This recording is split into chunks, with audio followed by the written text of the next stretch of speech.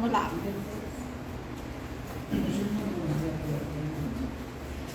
Olá, boa noite a todos. Boa noite. Sejam todos bem-vindos ao nosso Núcleo Espírita Recanto da Esperança. Então, hoje nós vamos estar aqui transmitindo pelo Instagram, pelo que eu estou vendo aqui está dando certo, tá? Pelo nomezinho ali, ó. Olha aí. Porque o nosso YouTube não tem como a gente transmitir hoje, mas depois eu vou salvar essa live e vou colocar lá no YouTube, após, né, a gravação. Então sejam todos bem-vindos ao nosso Núcleo Espírita Recanto da Esperança mais uma vez e vamos iniciar, né, a noite de hoje com uma prece para nos harmonizarmos antes de iniciar, de passar para o palestrante.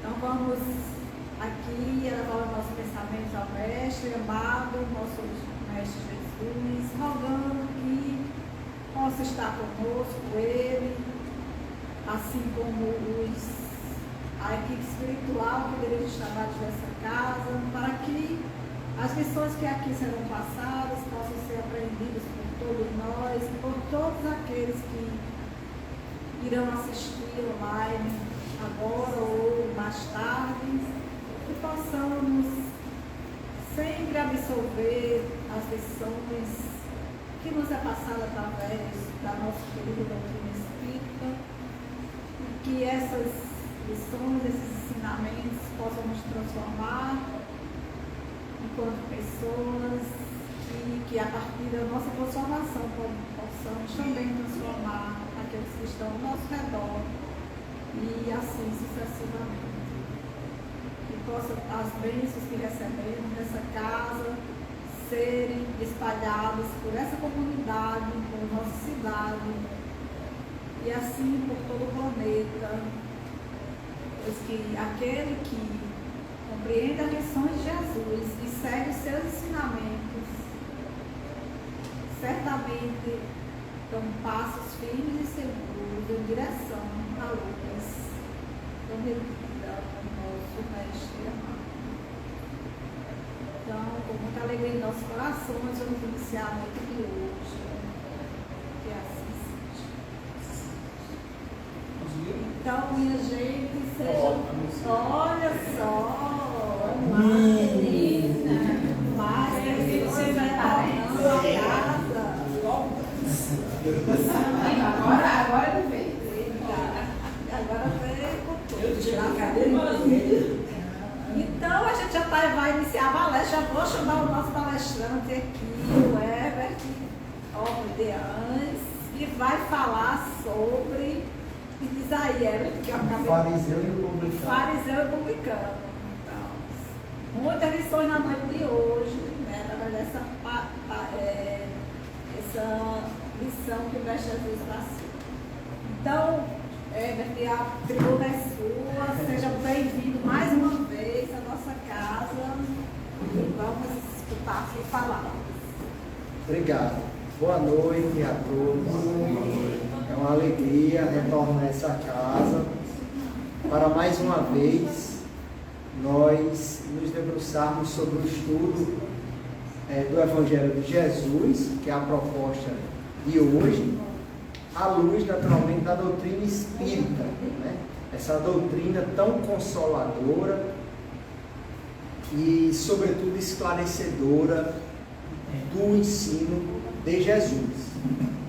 E hoje a gente vai conversar sobre um tema curioso, mas vocês vão perceber que, apesar de nós falarmos sobre características de um povo antigo, que era o povo hebreu, a gente vai pegar duas, por assim dizer, dois nomes, que é o fariseu e o publicano, que representava dois núcleos de pessoas com características bem específicas para aquela época, mas que, se a gente trouxer para a atualidade, a gente vai ver que se encaixa perfeitamente. Então, é uma lição que a gente vai precisar viajar ao passado, mas ao mesmo tempo que nós vamos lá, nós vamos fazer um link para a nossa atualidade.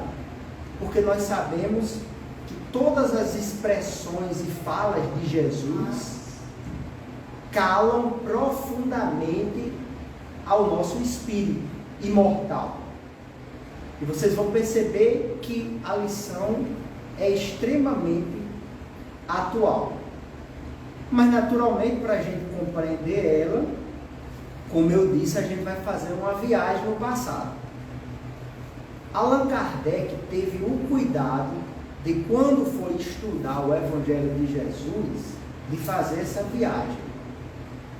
Aqui vocês devem recordar, ou aqueles que nos acompanham pela internet, que antes de Kardec trabalhar cada uma das mensagens de Jesus, ele, na introdução, ele traz uma série de conceitos no Evangelho segundo o Espiritismo do povo hebreu, para exatamente dizer que, para a gente entender e trazer o ensino de Jesus para o nosso dia a dia, a gente precisa mergulhar nesse passado. E aí ele traz, para a nossa alegria e para a minha, na condição de expositor, com bastante riqueza de detalhes, os conceitos do farisaísmo e o conceito do fariseu e do publicano. A gente vai ler essa conceituação que Kardec faz, histórica, né? Depois nós vamos mergulhar em algumas falas de Jesus para extrair o espírito da lei e o ensino, para que nós daqui saiamos com conceitos de vivência melhores do que aqui chegamos. Kardec vai dizer, quando vai falar sobre o farisaísmo, sobre os fariseus, que no povo hebreu existia, né, a lei de Moisés, que para eles era a lei divina até hoje. Para o judaísmo, a lei divina é a lei de Moisés, chamada de a Torá. Só que onde existe gente, existe divergência, existe interpretação. E aí não é preciso eu me estender muito, para que o povo judeu não tinha uma só compreensão e nem uma só forma de ler a lei mosaica. Então existiam vários núcleos. Herbert, isso ainda existe? Por exemplo, vá para a igreja católica, tem quantas ramificações? Vá para a igreja protestante, a gente perde as contas. Para a própria doutrina espírita. Hoje, uns chegam a falar movimento para um lado, movimento do outro, esquerda. São os homens e as mulheres querendo, ao seu sabor, dar a sua conceituação. E no tempo de Jesus não era diferente, não. O farisaísmo, o povo fariseu, que eu vou já trazer, era uma das mais fortes. Ela congregava, ela tem um forte impacto, vai dizer Kardec, no povo, e ele vai explicar aqui por quê. Mas existiam os saduceus, os samaritanos, os nazarenos, os essênios, e por aí vai. Tinham várias ramificações, né? Agora, uma de profunda, uma filosofia, ou seja, uma compreensão da Torá, de vivência, de profunda força naquela época, e que bateu de frente com Jesus, foi exatamente os fariseus. E vai lhe dizer ele, que é Kardec falando. Fariseus, eles tomavam, claro que eu vou trazer trechos só para a gente ir enriquecendo os conceitos. Eles tomavam parte ativa das controvérsias religiosas, ou seja, era um povo que gostava de debate, do combate mesmo, de enfrentar, de levantar teorias. Não tem um pessoal que gosta de, no campo religioso, inventar discussão, mesmo que não tenha, mas ele cria. Pronto, é o fariseu. É uma das características. Para você ver como é bem atual isso aqui. Servis cumpridores das práticas exteriores do culto e das cerimônias. Quando se falava em cumprir rito e ritualística desde a vestimenta até a ida ao templo religioso, a sinagoga, não tinha para ninguém. Era os fariseus, porque as ritualísticas dele, o culto exterior, era primoroso, cheios de um zelo ardente de proselitismo.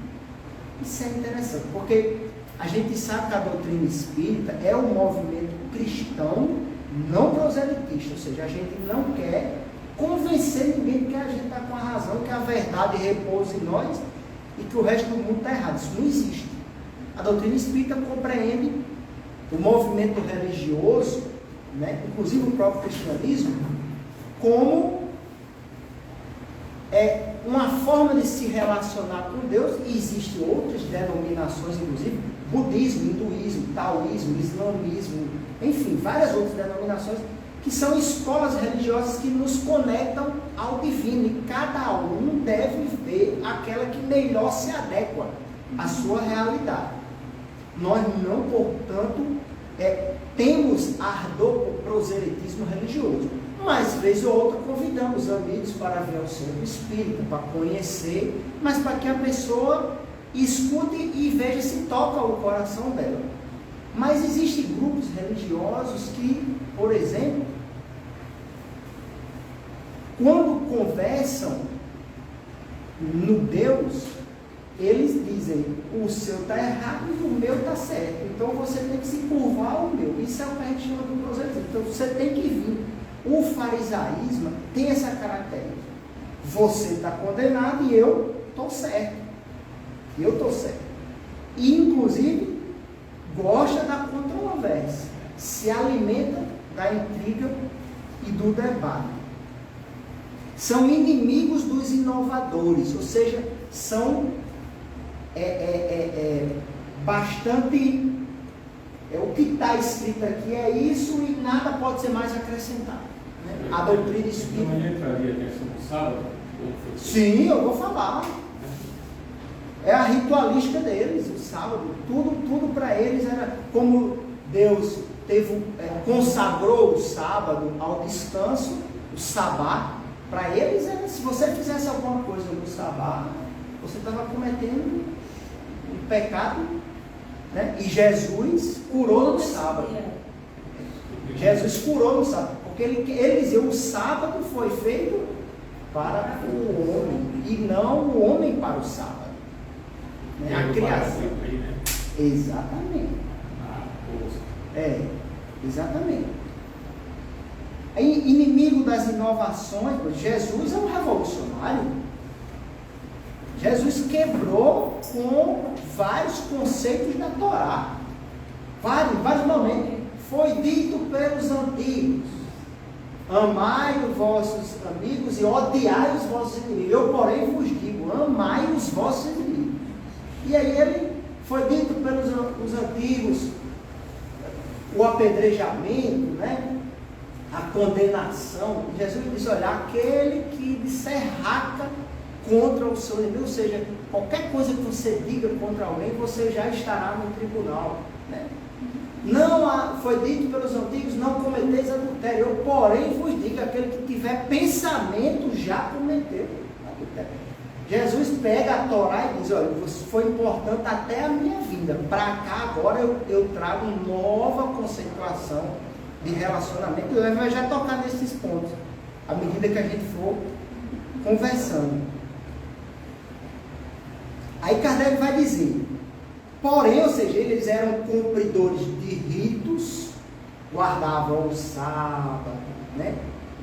Mas, vai dizer Kardec, sob as aparências de meticulosa devoção, ocultavam costumes dissolutos.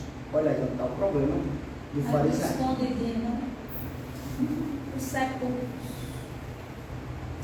Eu estou correto, a minha forma de pensar é a melhor, você está errado, os meus costumes são os melhores, aparentemente eu cumpro toda a Torá, guardo todos os mandamentos. Isso no mundo exterior.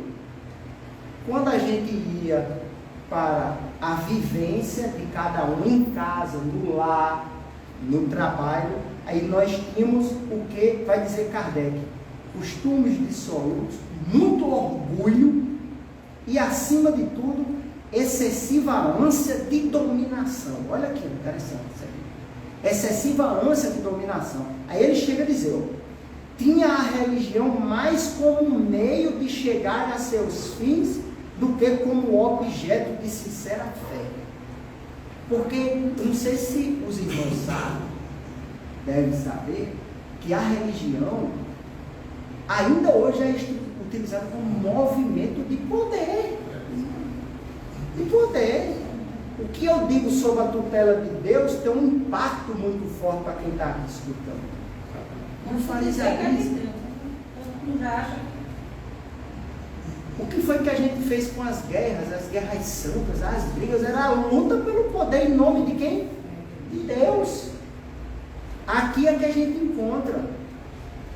Eles utilizavam a religiosidade, né, como um ânsia de dominação. Tinha a religião mais um meio de chegar ao fim. Da virtude nada possuíam,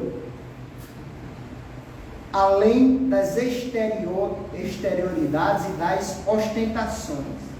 Entretanto, por umas e outras, por esse movimento religioso exterior, né?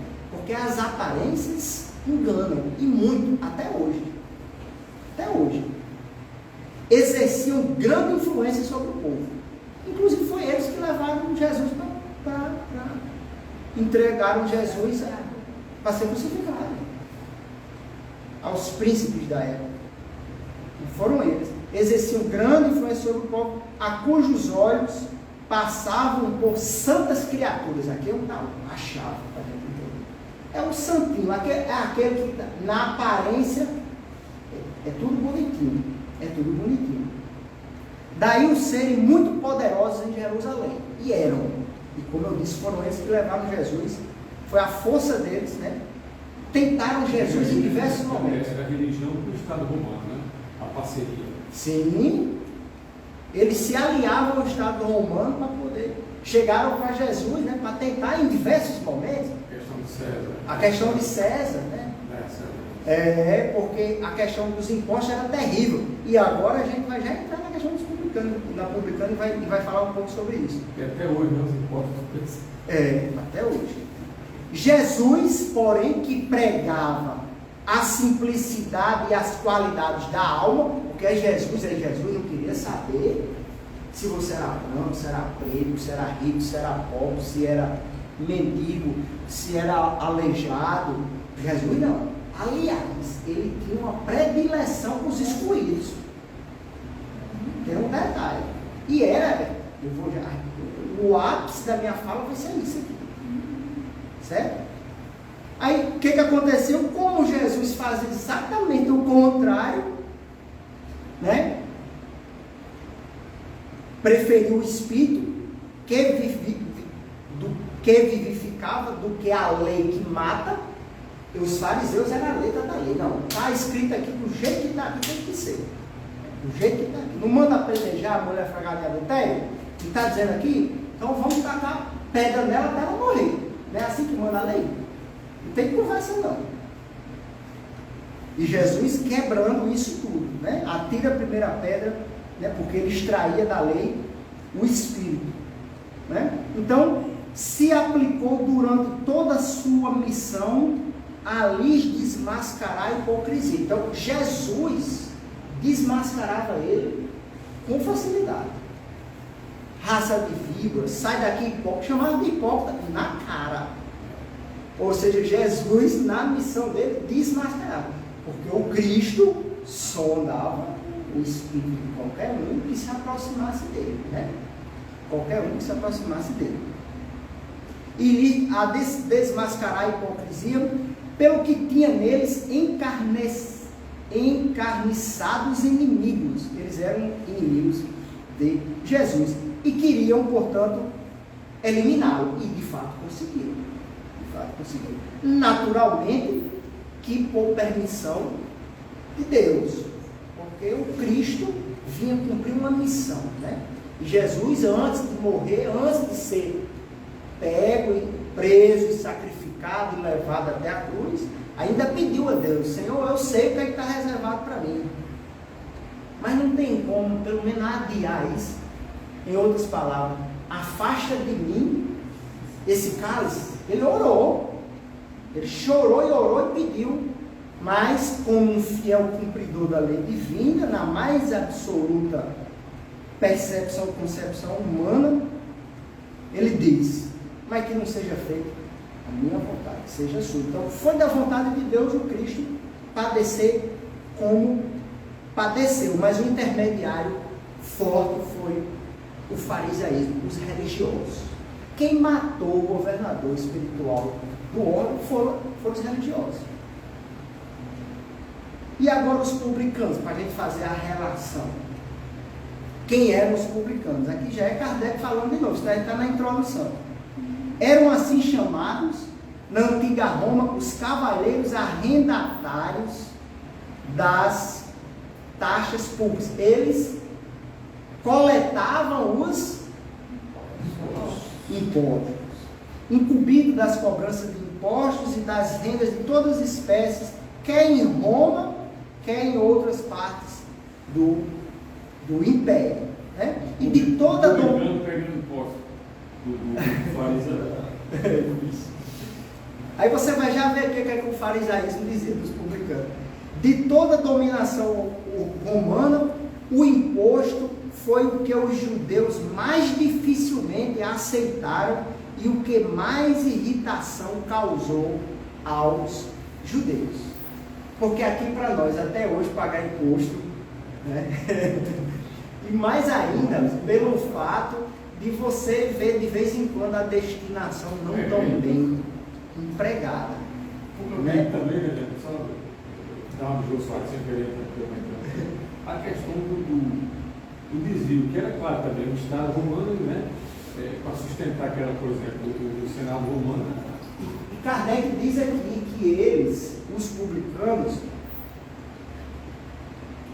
como eles eram responsáveis pela arrecadação e sabiam como é que faziam o serviço, bem, os, digamos assim, os chefes de Estado meio que protegiam eles. Então, mesmo que soubesse que eles roubavam, majoravam, o que era o imposto era X, eles cobravam Y, estavam de lado do Estado, então estavam ali com a força do Estado, então eles exageravam na cobrança, sim. Kardec chega a dizer isso aqui. Então, tinham, né, em razão disso, das revoltas que causavam, inclusive por questões religiosas, uma má fama. Era, portanto, os corruptos da época, na palavra de hoje. Esses corruptos, esses políticos que a gente costuma dizer corrupto, Operação Lava Jato, aquela coisa toda, sem querer trazer nenhuma conexão política partidária, mas é o que a gente, até porque a corrupção no Brasil é desde o início, né? Desde da época que a gente foi colonizado. Exatamente. Então, tinha esse estigma, era um povo que, se você quisesse falar mal de alguém, isso aqui é igual um publicano, né? Tem uma sede igual um publicano. Os judeus, pois, abominavam o imposto, né? O que era até legítimo, né? E como consequência, todos os que eram encarregados de arrecadá-lo, donde a aversão que votavam aos publicanos de todas as categorias, do menor ao maior, entre os quais podiam encontrar-se, e aqui vem um detalhe, pessoas muito estimáveis. Ou seja, não é porque eu sou um político que estou em Brasília como deputado que eu sou um ladrão. É porque eu estou lá, eu sou não. Né? Apesar de que tem muita gente dizer que não há como. Quando você chega lá, a onda vai tanto para um lado, mas enfim. Mas não é porque eu estou numa função que tem um estigma mal, né? Tem um preconceito que é o que Kardec adverte aqui. Né? Então existiam pessoas de bem. Não sei se vocês se recordam, mas tinha um dos apóstolos que era publicano. Quem era? Mateus. Ele não estava com Coletor de impostos. Coletando impostos na hora que ele... Chamado também de Levi. E Então encontrava as pessoas de bem, mas eles não queriam saber, porque o que se acha, o que é muito egoísta, que é os fariseus muito vaidosos, né? Ele quer encontrar um inimigo, aí ele encontra o inimigo de má fama e já se afasta. Então, independentemente dessa situação, tinha esse estigma, né? Os judeus de destaque consideravam um comprometimento ter com eles intimidade. Mas o que é que acontece com Jesus? A gente vai ver lá em Mateus. Eu vou citar 2 exemplos de publicano que Jesus vai atrás. Porque eu não disse aqui que Jesus tinha uma predileção. Zaqueu. E chama Levi para o colégio de apóstolos. Vejam só a passagem de Mateus 9:10. Estando Jesus à mesa na casa desse homem, de Mateus, vieram aí ter muitos publicanos. Vê só, imagina os fariseus, Jesus dizendo que era o Messias, que era o enviado de Deus, e vai almoçar, cear na casa de um publicano.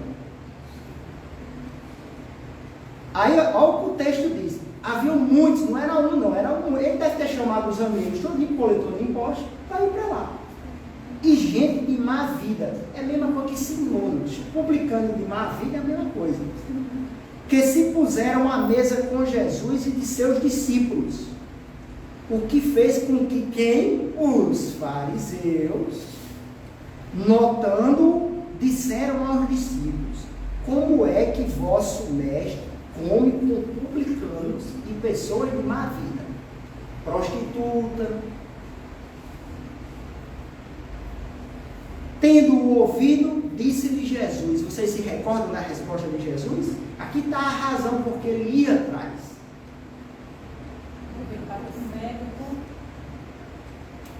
Não são os que gozam de saúde que precisam de médico.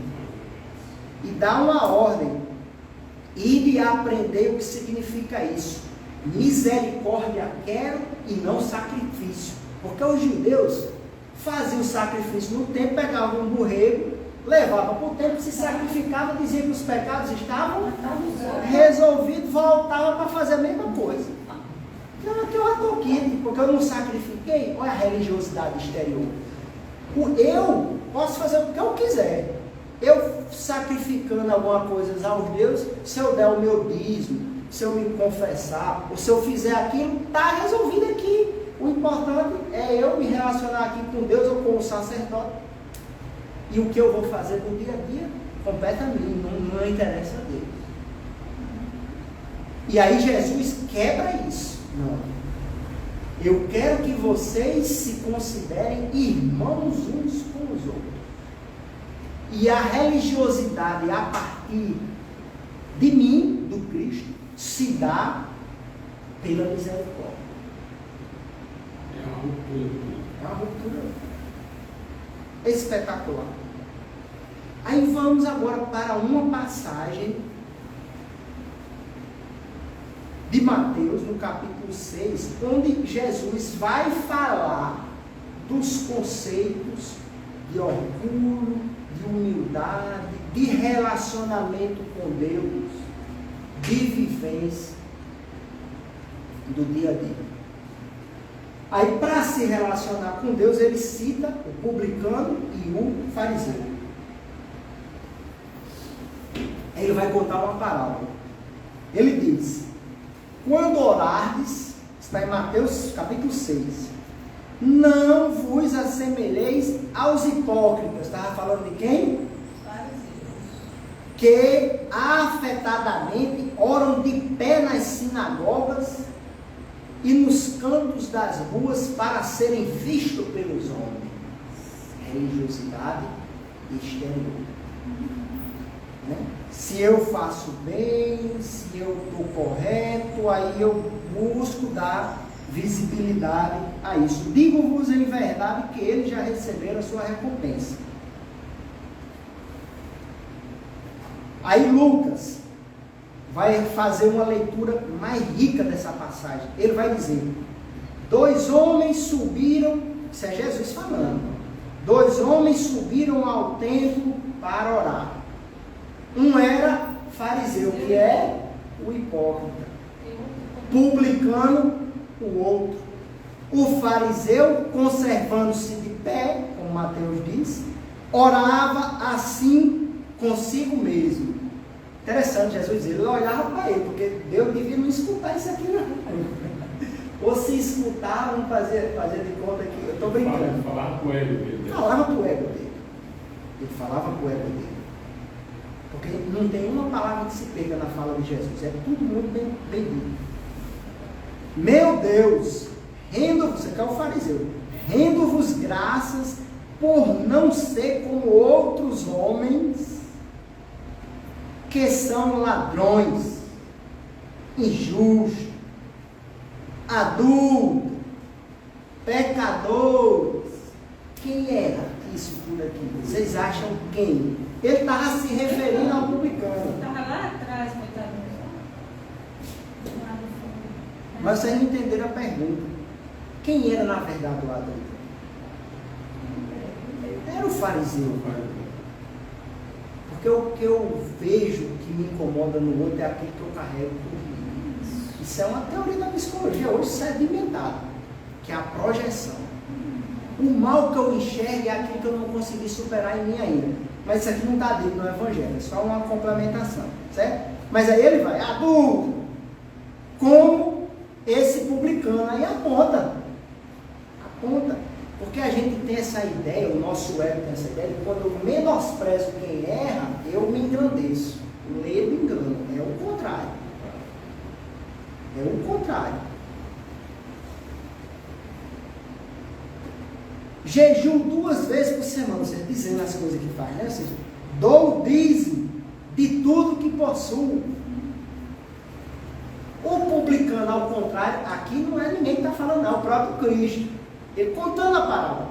O publicano, ao contrário, aí Jesus, para mostrar o relacionamento fiel com Deus, usa exatamente o publicano. É igual o doutor da lei chega para Jesus: quem é o meu próximo? Né? Quando ele pergunta primeiro qual é o maior mandamento, aí Jesus diz: o que está escrito na lei? Amar a Deus e ao próximo. Ele diz: quem é o próximo? Jesus conta a parábola do bom samaritano. O bom na história era o que ele odiava. Isso, é o que ele odiava. A mesma coisa aqui.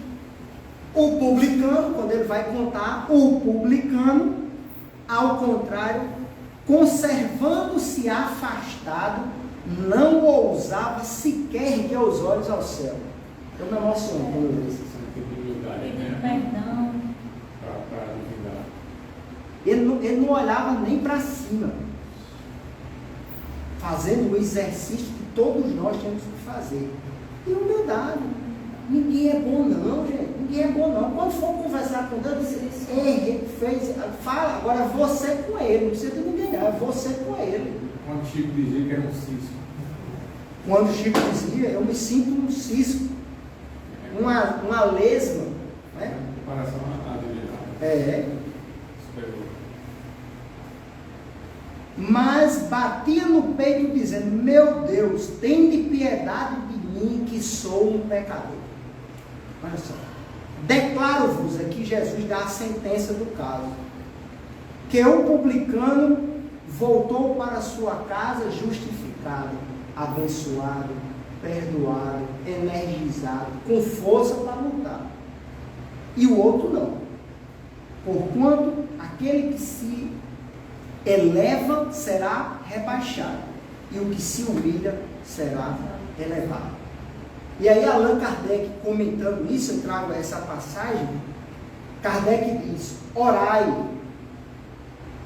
com humildade, ou seja, se relacione com Deus com humildade. Não adianta a gente conversar com Deus como se Deus Se a gente precisasse dizer o que é que a gente é bom, ele já sabe tudo. A oração é, sobretudo, um exercício de humildade diante de Deus. E é com bastante humildade que a gente tem que se relacionar com o divino. Aí Kardec se relaciona como publicano e não com o orgulho do fariseu. Aqui, ó, só nessa sentença aqui a gente diz as características. Será que a gente não está utilizando o discurso religioso, por vezes, para condenar o semelhante? Para humilhar? Para se vangloriar? Para dizer que está certo e o outro está errado?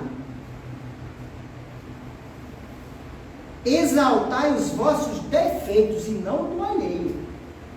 E a gente encontra hoje uma sociedade um discurso de ódio. O que é o discurso de ódio? É um querendo. Eu só falo o que eu vejo de ruim, você. E você só fala o que você vê de ruim. E aí a gente não chega num consenso nunca, numa concórdia, num ponto de contato. Examinai os vossos defeitos, não as vossas qualidades. E se vos comparardes aos outros, procurai o que há em vós de mal.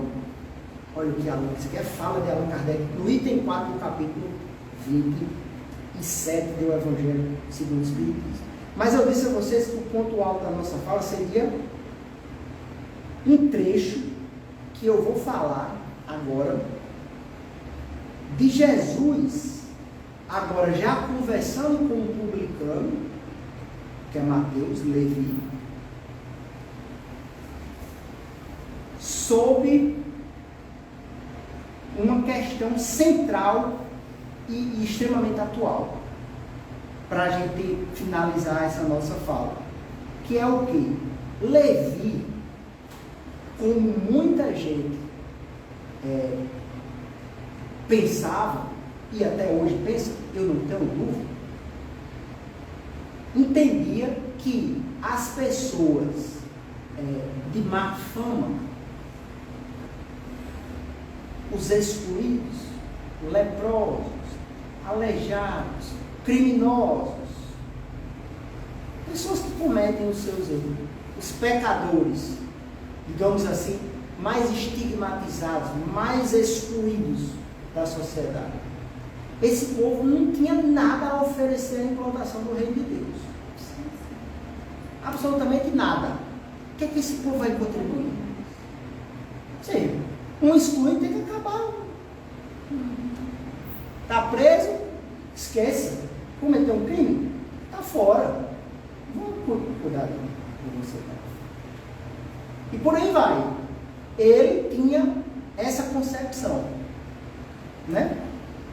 E aí no capítulo 11, Humberto de Campos vai contar no livro Boa Nova, em que circunstância Jesus traz, que para mim é o maior tratado de, eu diria, espiritual, mas emocional, psicológico, todas as dimensões do ser humano, que é o maior tratado, que se chama As Bem-aventuranças. O contexto em que Jesus fala as bem-aventuranças é nesse contexto. Porque isso aqui faz um link com o discurso do fariseu. Esse é um pecador, esse é um adúltero, esse aqui não... O que eu quero com esse povo? Eu sou bom, eu estou certo, a verdade está comigo, aqui não presta não. Era o que Levi estava tentando dizer. Só que quando ele vai dizer isso ao Cristo, aí a gente vai ver o resultado.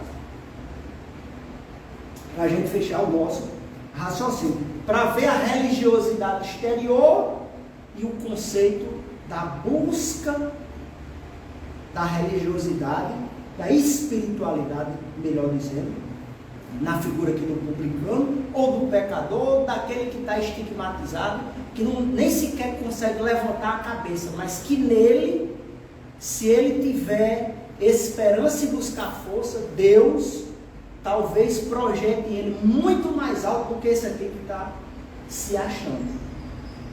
Essa é a diferença. Pensava Mateus, afinal, disse ele aos infortunados que o procuravam. O texto, eu vou dizer rapidamente para vocês, diz o seguinte: 3 desafortunados procuravam participar do banquete espiritual do Cristo, porque Jesus vinha pregando, curando, e os desafortunados, os desafortunados ficavam encantados com aquilo. O que é que eu faço para ajudar? Eu quero participar, eu quero andar com ele também. Esse homem realmente é o Messias. Jesus convencendo as multidões e sobretudo essa turma. Veja que ele não foi para Jerusalém pregar, não. Ele foi lá para Galileia, conversar com pescadores. Ele ficava o maior tempo lá. Ninguém vê. Quando Jesus entrou no templo de Jerusalém, você lembra o que ele fez, né? Ele saiu derrubando essa coisa.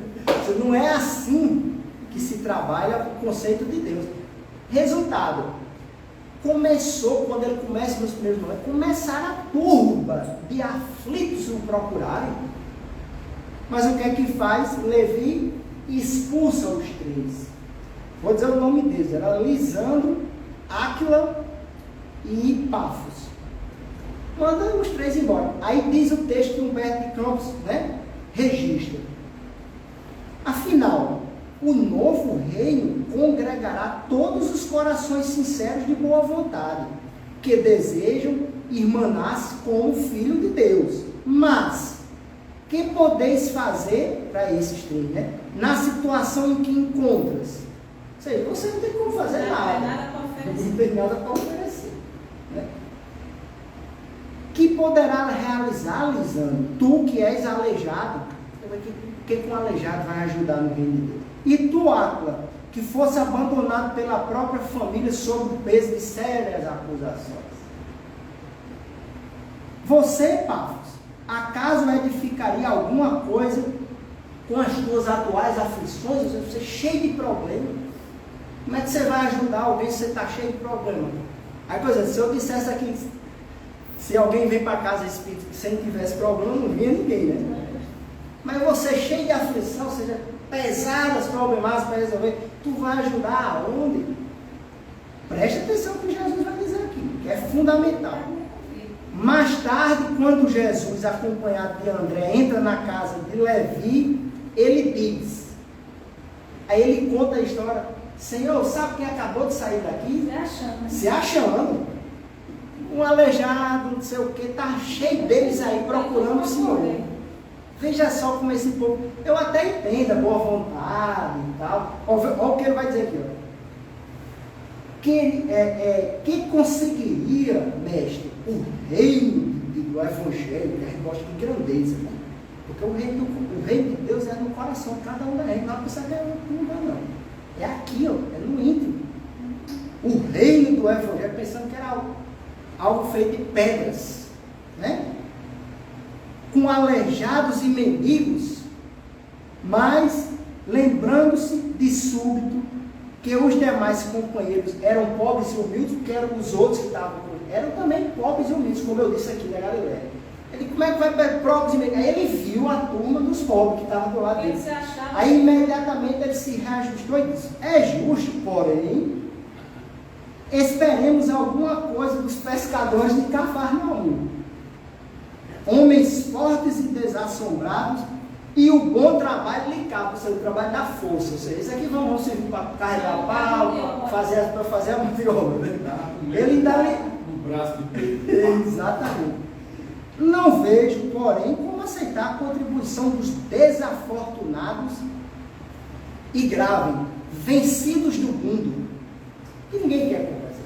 Você quer se afastar. Vê um mendigo que está... que eu queira, não, vou passar por ali, para não peça, ele nem me pedir. Porque esse problema é dele. Jesus fixou o olhar no discípulo com profundo desvelo, porque Jesus não condena ninguém, e falou com bondade, batendo-lhe no ombro. Levi, aqui eu estou resumindo. Levi, precisamos amar e aceitar a preciosa colaboração dos vencidos do mundo. Primeiro amar. E depois aceitar a não é a colaboração, é a preciosa. Ele vai explicar aqui. Se o Evangelho é a boa nova, como não há de ser a mensagem divina para eles, tristes e desalentados na imensa família humana? Ora, a mensagem que eu venho dizer é uma notícia boa. É para quem está exatamente carregado, né? Quem está precisando. Os vencedores da terra, Levi, não necessitam de boas notícias, ou pelo menos acham. Nas derrotas da sorte, as criaturas ouvem mais alto a voz de Deus. Olha aí. Quem aqui já passou por uma porta muito estreita, uma situação muito difícil? Se parar para pensar, vai ver que foi o momento onde Deus esteve mais perto. Embora você naquela hora não tenha percebido isso. Mas é na derrota, é na queda, é na aflição, é na doença, onde a gente escuta mais alto a vontade de Deus, onde a gente se aproxima mais de Deus.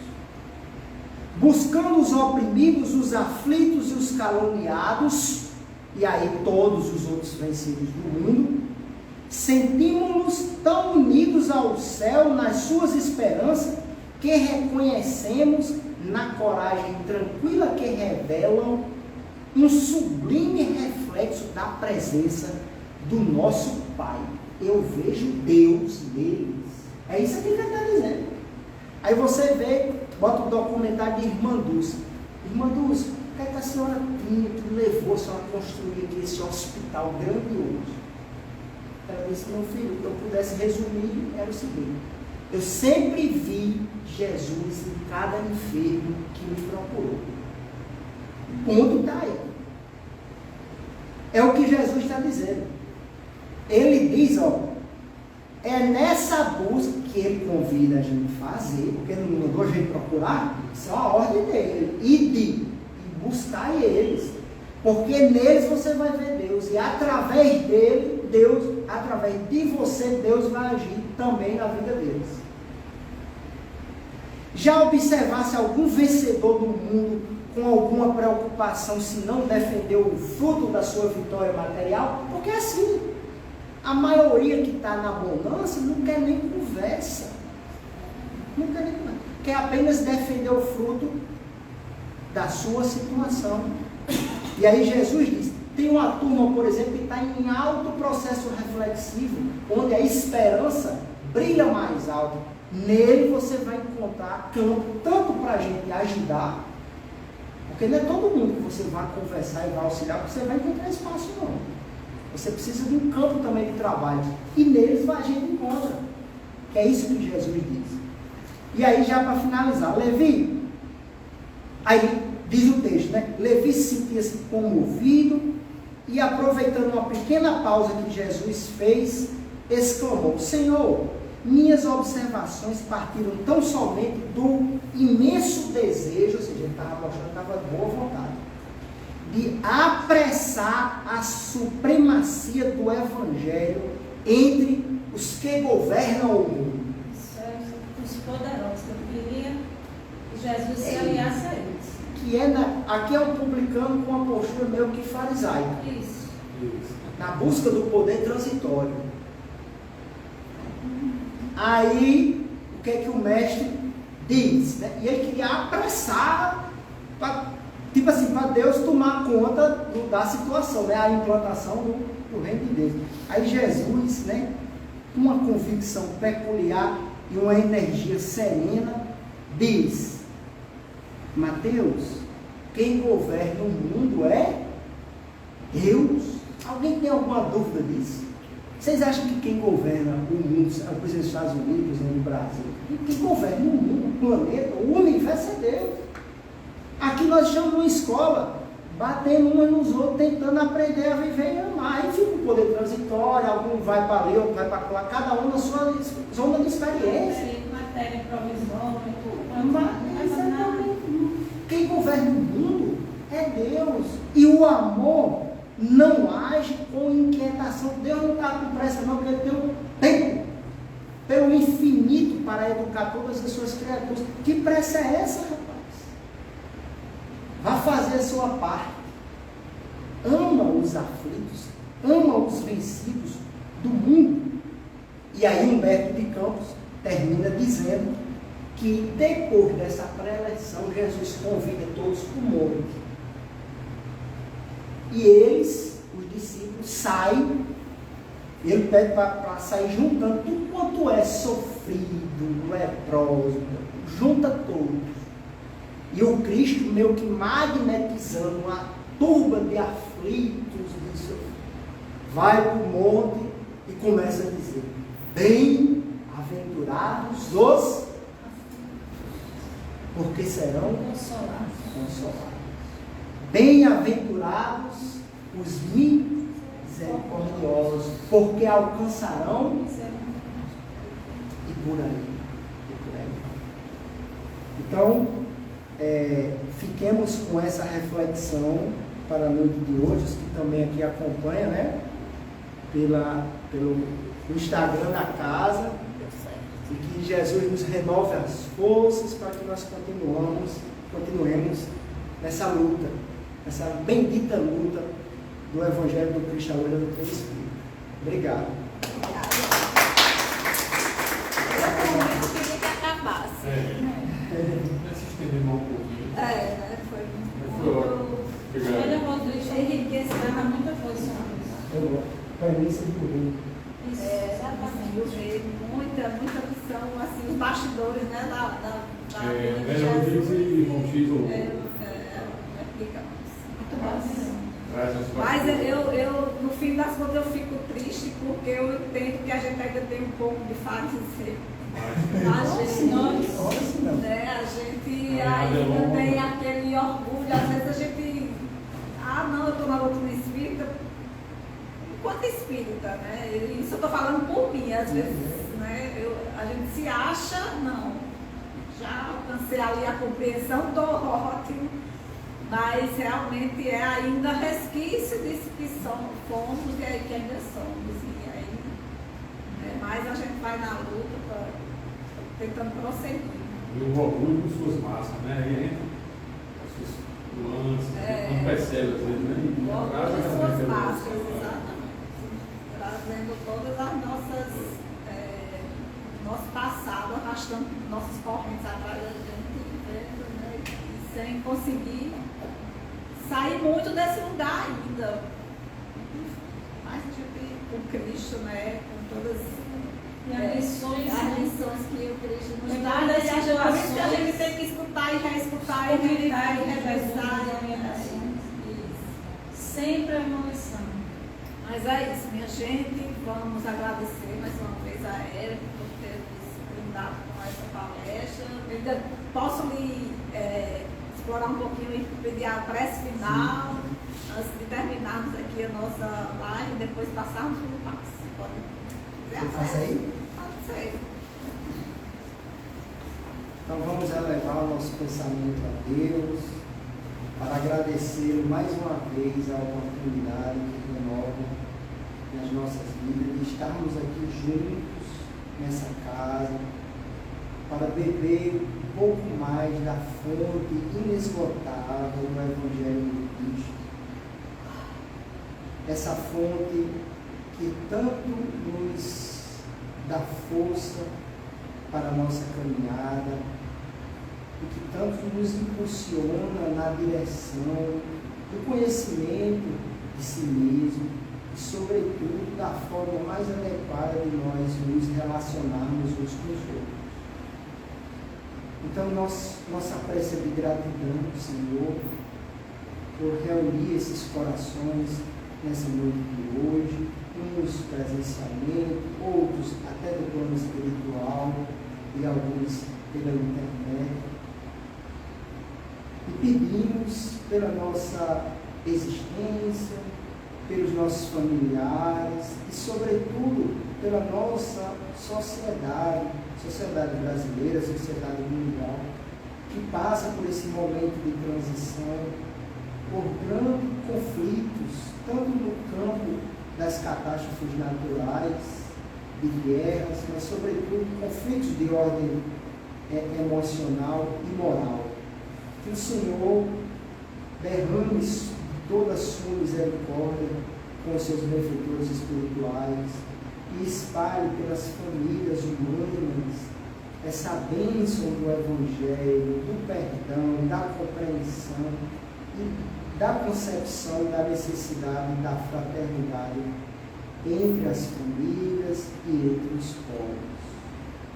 Sendo certo de que tu, Senhor, está nas rédeas da direção desse pequeno planeta chamado Terra, nós pedimos permissão e mais uma vez agradecemos permissão para encerrar o trabalho da noite de hoje. Que assim seja. Então vamos encerrar aqui a nossa live, que como é que você faz? Deixa eu encerrar. Encerra. Será que eu vou ir? Encerrar.